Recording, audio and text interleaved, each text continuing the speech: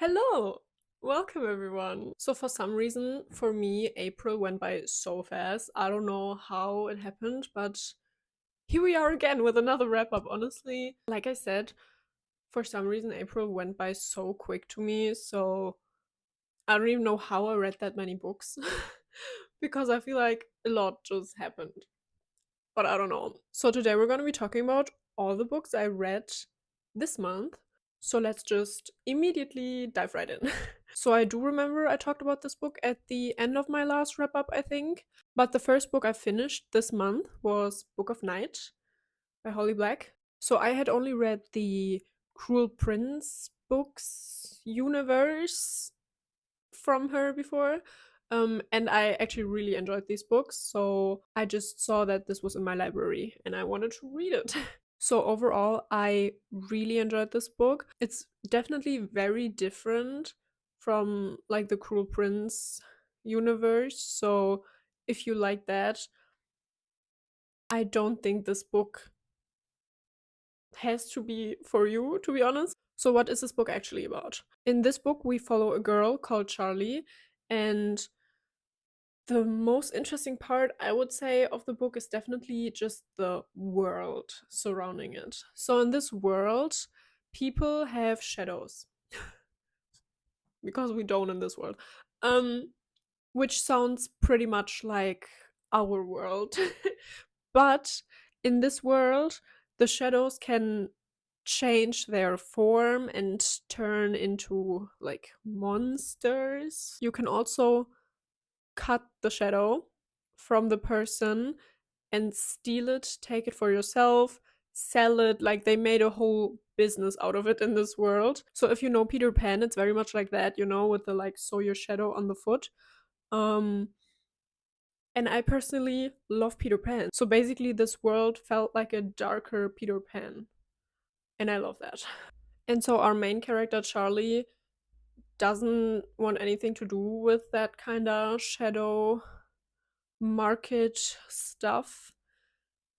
But unluckily for her, she's kind of a little bit of a con woman. Not even on purpose, like she just grew into this world because that's how her life went. And so she gets a little wrapped up in this shadow drama. I don't even want to say more because I feel like just the world is so interesting and I just don't want to accidentally spoil something. But I really like the idea of the world, let's say it like that. Now, I have seen a lot of reviews of people saying that the beginning dragged a little bit and then the middle and end was great, which is so funny to me because to me personally, I really, really enjoyed the beginning and then the middle actually dragged for me, and then the end was just like a typical dramatic fantasy book ending, so of course it was interesting. But I just really liked the beginning because it was kind of slower and we were getting to know the characters and the world. And I really like the world. Like, I think it's so intriguing, honestly. And I thought this would be a standalone, but when I looked it up afterwards, I actually found out that the second book is coming out in June, maybe? I don't know. Wait. Okay, so the second book is coming out in September. Why not tell you? I will be devouring that. I hope it's going to be available in my library for me.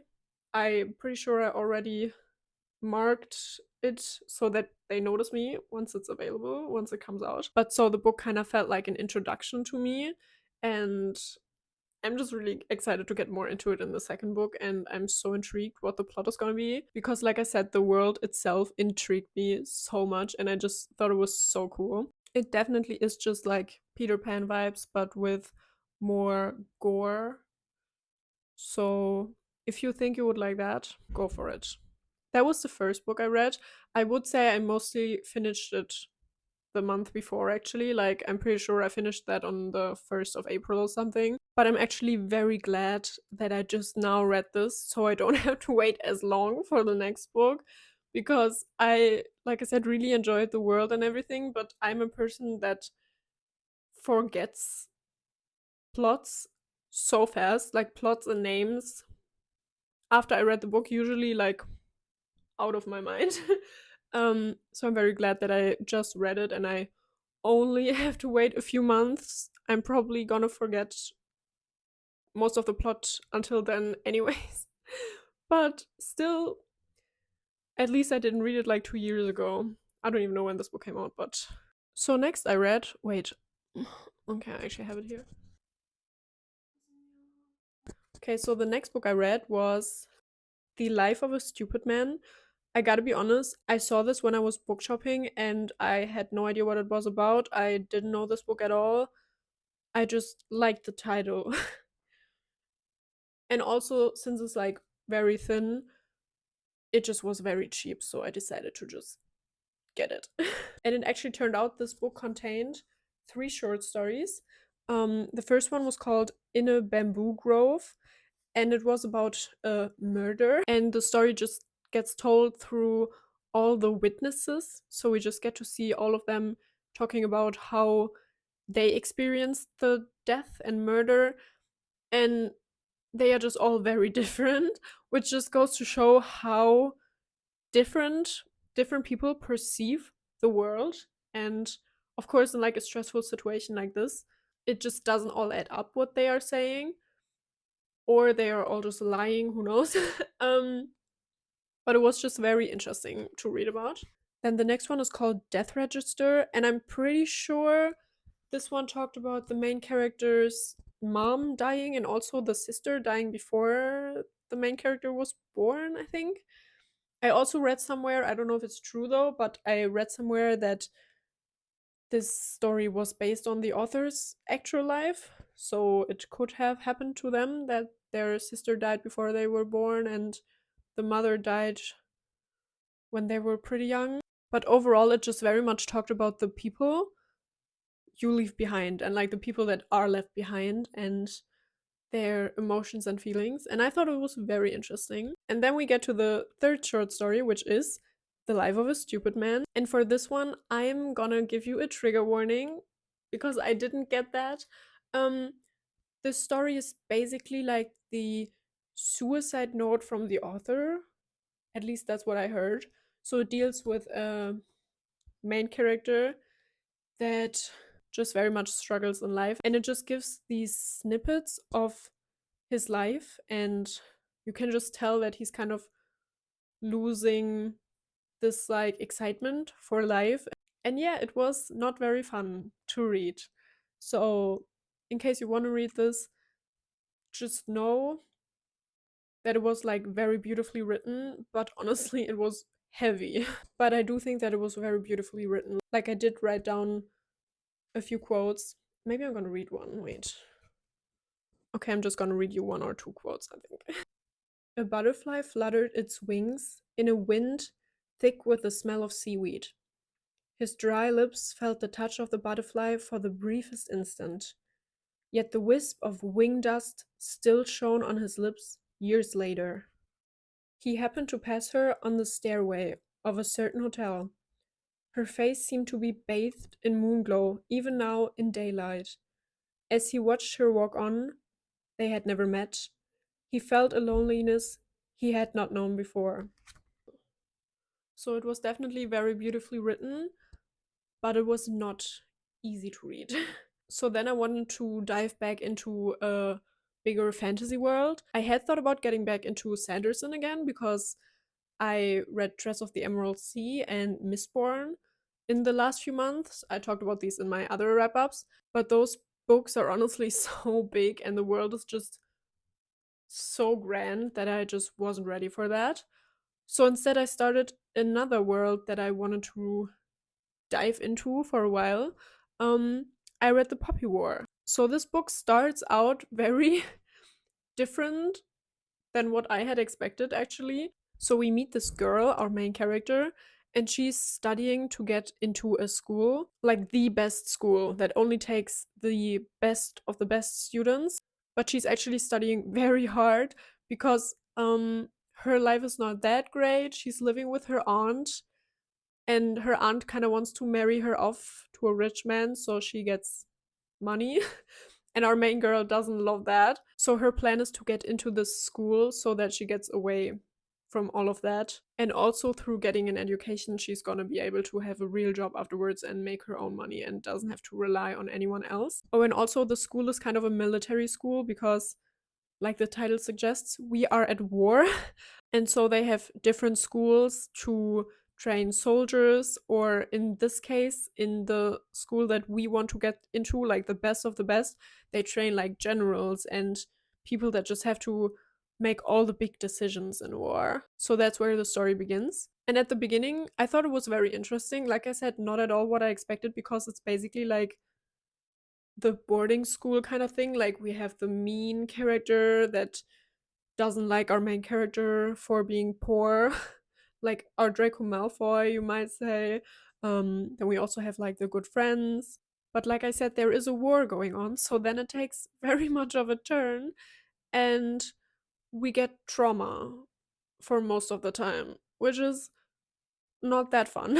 So there's definitely one scene that I think might be very triggering for some people, so maybe look for that before you read it, because I also didn't know, and I usually don't get triggered that easily, but honestly this scene was really really hard to read even for me, so maybe look for that before you read it. But yeah, overall I really enjoyed this book, especially because the main character is definitely not perfect, but the book knows that. At least it felt like it to me. So our main girl very much does some questionable things, but she does get held accountable for it. And her friends and just people around her are definitely going like, girl, what are we doing right now? Do you not see that this is fucked up? So yeah, I really enjoyed the book, but I gotta be honest, it didn't catch me that much that I felt like I immediately needed to get the next book. Oh, and I also paid for the book. I didn't get it in my library, it just wasn't available anywhere. And I had been wanting to read it for a while, but since it wasn't available, I just thought maybe I'm just gonna wait. But since it hasn't been available for years, I decided to buy it. But the book didn't catch me that much that I felt like I would want to read and buy the other books. Maybe I will get into them at some point, but so far I'm good with just the first book. So then the next book I read, and I actually have had this book for years. I don't know why I just never really got to reading it, or I just kind of forgot about it, I guess. But the next book I read was Klara and the Sun. And I gotta be honest, I mostly read it because I found out that there's gonna be a film and Jenna Ortega is gonna play Klara, the main character. And I was just so excited. And so I thought, well, if a film is coming out soon, I have to finally read the book before I'm gonna watch the movie. So I read the book, and in this book, we follow Klara, who is a robot. Because in this universe, people have what is called AFs, which stands for Artificial Friend.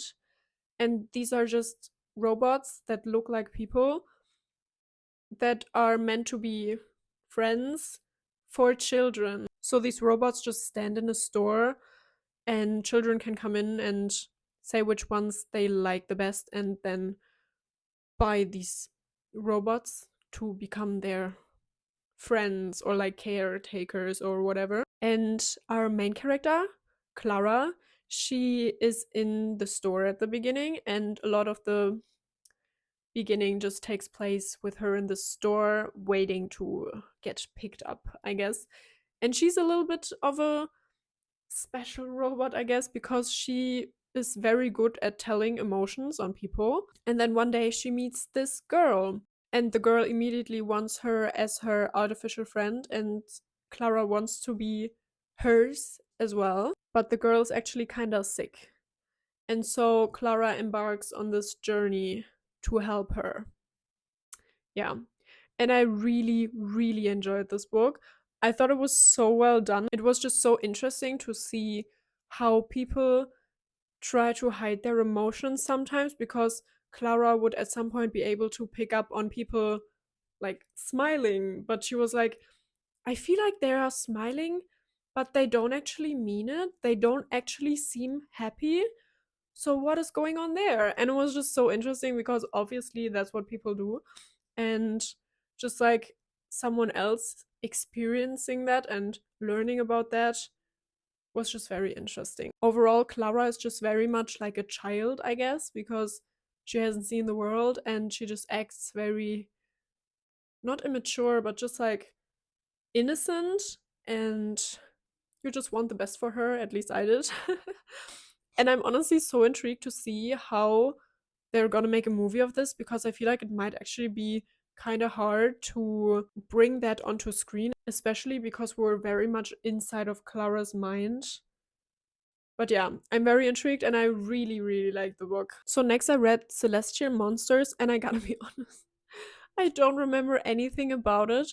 So this was just the second book to a series that I started last month. And I just started it because it was available in my library and I didn't know what else to read at that point. And the first book is basically like Hunger Games, but more middle grade. So the plot just surrounds these children, and some of them get chosen to take part in these trials. And one of them wins, and this person is the sun bearer. And the person that loses gets killed. So they are like an offering to the gods or something. I said in my other video, it's basically Hunger Games, but in a Percy Jackson like setting and vibe. So yeah, I genuinely don't even remember what happened in the second book, but I was there for the journey. I liked it. It was good. It was just like I said, a typical like middle grade, like Percy Jackson type vibe, and I enjoyed it. I just can't remember a thing.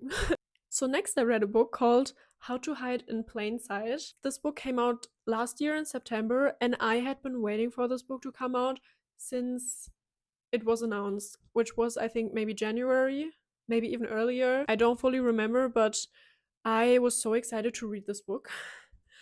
Only for me to start it immediately when it came out in September last year. But then it was kind of very much triggering for me, so much that I actually never finished it. So, because I just said triggering, why could this book be triggering? In this book, we follow our main character. I don't remember her name. Wait.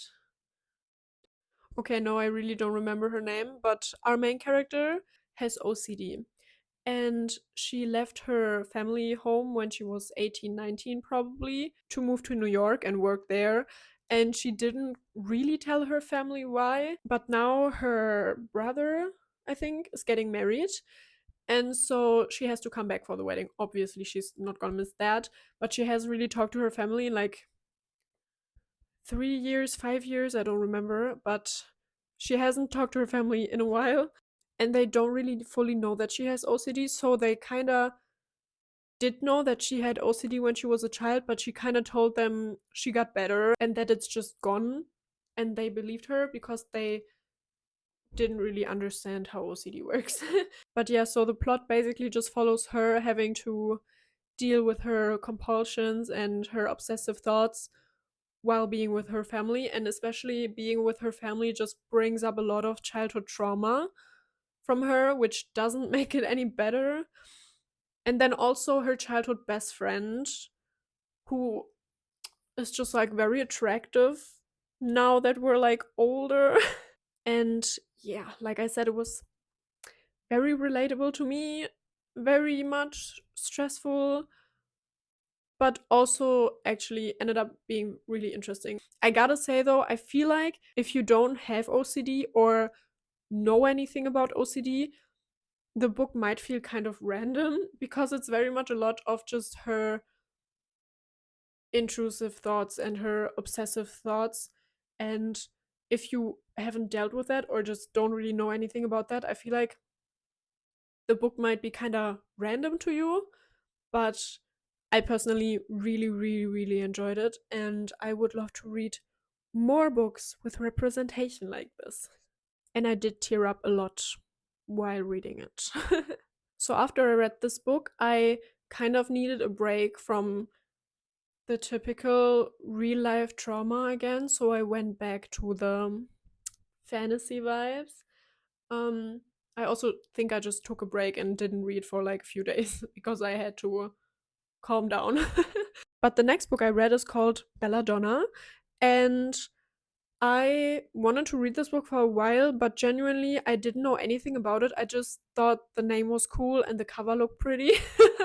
which are great reasons to start a book, honestly. So yeah, what is the book actually about though? Because like I said, I went in basically completely blind.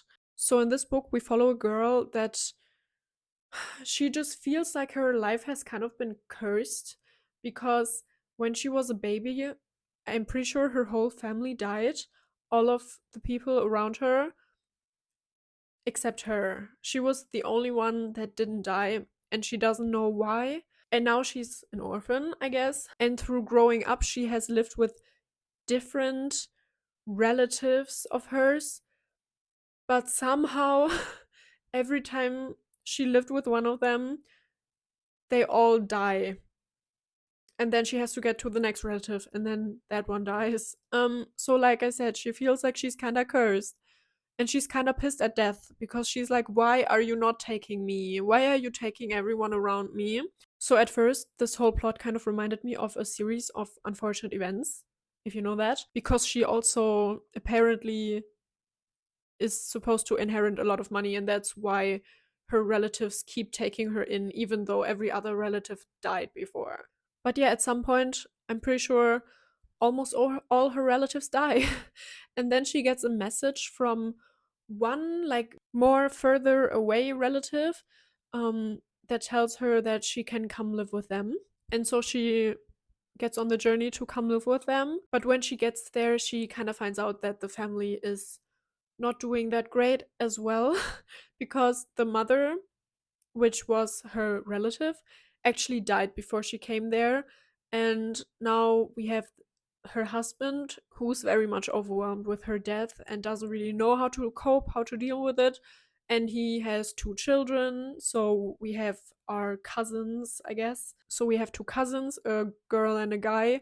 And the girl is also sick now with probably the same sickness as the mother who died from it. So at this point, the book basically becomes a murder mystery because we are trying to find out what happened to the mom and how we can maybe prevent our cousin from dying as well.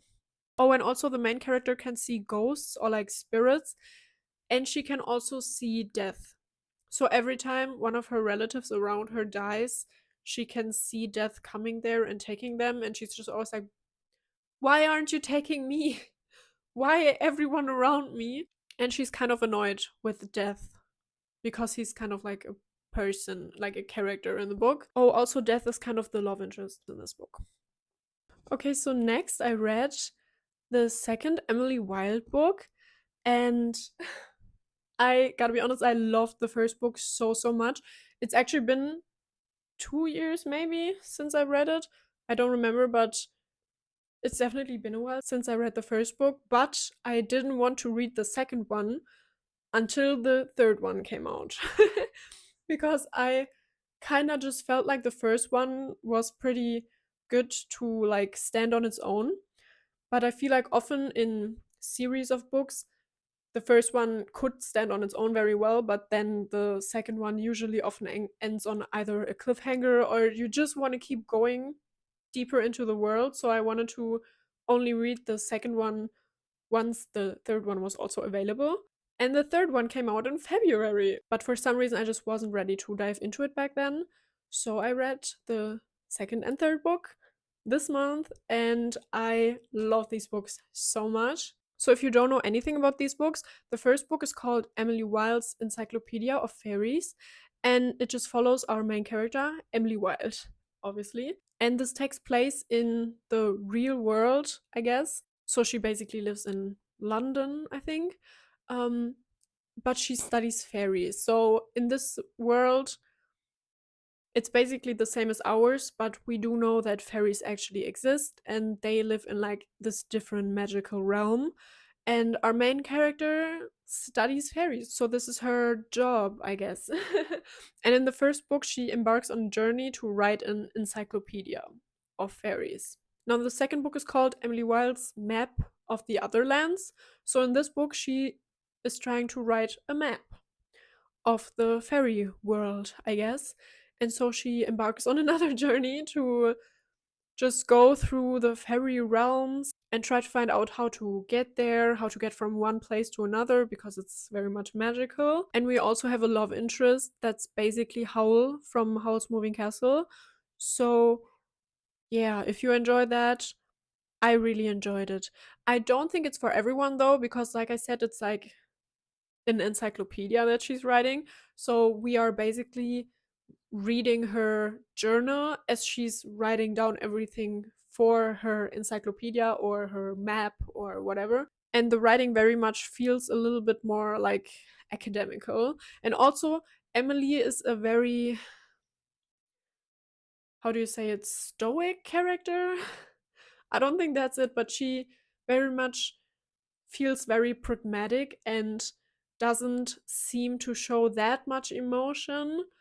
So I feel like some people wouldn't like that, but I enjoyed the books very, very much. Like I said, I also read the third one immediately after, and I really like that one as well. To me, it's very much cozy fantasy, and I don't really enjoy other cozy fantasy books. Like, that's basically the only cozy fantasy that I like. But when I think about it, it's not even that cozy because the Fae are trying to kill us a lot. But for some reason, it also doesn't feel like it has that high stakes. At least to me, it didn't. I always felt like everything's gonna work out at the end. And I just really, really like these books. They are just, they don't really take place in that time at all, but they are full on spring vibes to me. I don't know why, but that's the vibes that I'm getting, even though it should be more like dark academia because she's studying at Cambridge or something. So I don't know why, but to me it just feels like spring. Okay, I'm gonna try to be very fast because my battery is actually dying and I don't want to finish this at another time. Okay, so the next book I read was The Stranger, and I don't even remember how I got into it. I knew that I had wanted to read this for a while, and so I just started it at some point. And at the beginning, the book is a little slower, so I actually started it before a lot of the other books that I read, but I would just always read a little bit in between the other books. But then once we got to the very interesting part of the book, I devoured it immediately because it's not even a big book. Like, it's very, very thin. So the book is very popular for the very first sentence, which is Maman died today or yesterday, maybe. I don't know. So yeah, the book starts with the main character's mother dying, and the main character is the stranger, basically. And he's very much a, how would you say that? Maybe also pragmatic, but I don't think he's that pragmatic. He's a character, and a lot of people in the book think that he's just doesn't have an emotion just because he doesn't really show them as much outwards. Like, for example, when his mother died, after the funeral, I think he actually met with his girlfriend, I guess, and they went to see a comedy movie. And so people just don't really take him seriously because they think that he's not a great person just because he wasn't fully crying and all of that. And so that's how the book starts. But then it actually kind of turns into a murder drama. I don't want to say too much though because the book is very thin, so I'm not gonna spoil everything. But then we have to deal with him being at court and all of that. And I don't know, I think it was very, very interesting. It was just very much a character analysis, in my opinion, because, like I said, the main character seems very apathetic to a lot of people, but I would say it's mostly because he just doesn't fit social standards or norms on how to show emotion. And so that's why people immediately put a specific image on him. So I don't know. I think it was really interesting, actually. I really, really enjoyed the book. And towards the end, there was actually a really interesting dialogue that just made me think a lot. So I think that's what the book mostly did. It just left me thinking about it a lot, and I really liked it. Okay, so now we're getting to the last book. I hope I'm gonna get through it because I really don't want to film later. Um, so I'm sorry if I'm talking very fast. But the next book I read was, wait, it was the next book I read was this one, which is Norwegian Wood, and it's by Murakami, who is very popular, and I feel like a lot of people really enjoy his books. And I actually have had this book for years, like maybe 5 years. I don't even know. I wanted to read it for a while. I don't know. I just never did for some reason. But I don't know why either. But now I just felt like reading it. And so I did that. In this book, we follow a 19-year-old guy. And basically, we're just following his life after his best friend died. And genuinely, I feel like that's also what a lot of people say about his books, is that it's just very, like, it just talks about the mundane things of life. So we're really just following this guy through life after his best friend died, and he's just telling us all these things, the people he meets, the girlfriends he has, and all of that. And it's basically a love story, I guess, but like in the most mundane but also kind of absurd way. And all I had heard before of Murakami was actually that people say his writing is kind of misogynistic because his female characters aren't really that deep of characters and they don't get a lot of development. And I gotta be honest, I mean, I think what people try to say is usually his female characters are very much like, what is it called? Manic Pixie Dream Girls. So they are all just like these perfect human beings. Every time the main character sees a girl, he's just like, wow, look at her, she's just perfection, and look at her boobs. They just look amazing. And that's all that he talks about with the woman he meets. But I gotta be honest, I feel like the male characters weren't developed much either. So I feel like his women are just amazing, beautiful goddesses, and his men are just dumbasses that don't have their shit together.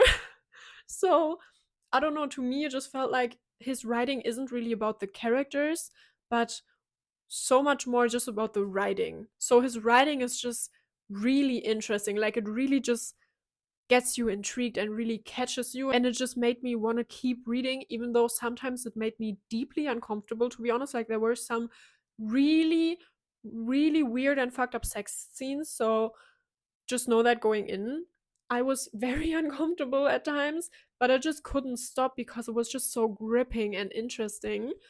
And I just don't think that his books are that much about the characters or the character development, either for men or for women, but it was just very much more about just like the mundane things, but just how they are still kind of interesting and gripping. And I don't know, I actually really enjoyed the book, I gotta be honest. Like I said, it was very uncomfortable at points, like terrifyingly uncomfortable for me, but for some reason I just couldn't stop reading it. So here we are, and I really enjoyed it. I also haven't really read anything else from him before. I have read some short stories in The Elephant Vanishes, but I don't really want to read all of them at once, so I had only read a few. But this is my first full like novel that I read of his, so I don't really know anything else about him or his writing or his characters or his books, but that's just what I noticed from reading this one book. Okay, I'm really gonna read this out fast here now. So that was the last book that I read, and I'm very excited for next month. I started a book, I don't remember what it's called. I think Everything I Know About Love or something.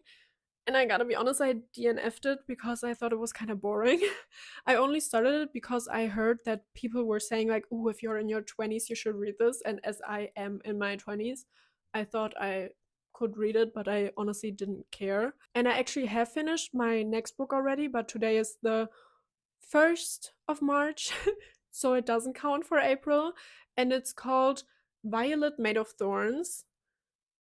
And I'm gonna talk about it in the next wrap up, but I actually really like that as well. So yeah, those were all the books that I read this month. I'm sorry because I feel like I just ran through it at the end, but I just really, I didn't want to, I just really wanted to finish this video and not have to film it at some other point. So yeah, I hope you enjoyed this. Please tell me what you've been reading lately, because I love to get even more books on my TBR pile, even though I already have like 300 on there. But did you like the books that I talked about? Have you read them? Do you want to read them now that I've talked about them a little bit? Let me know. Bye!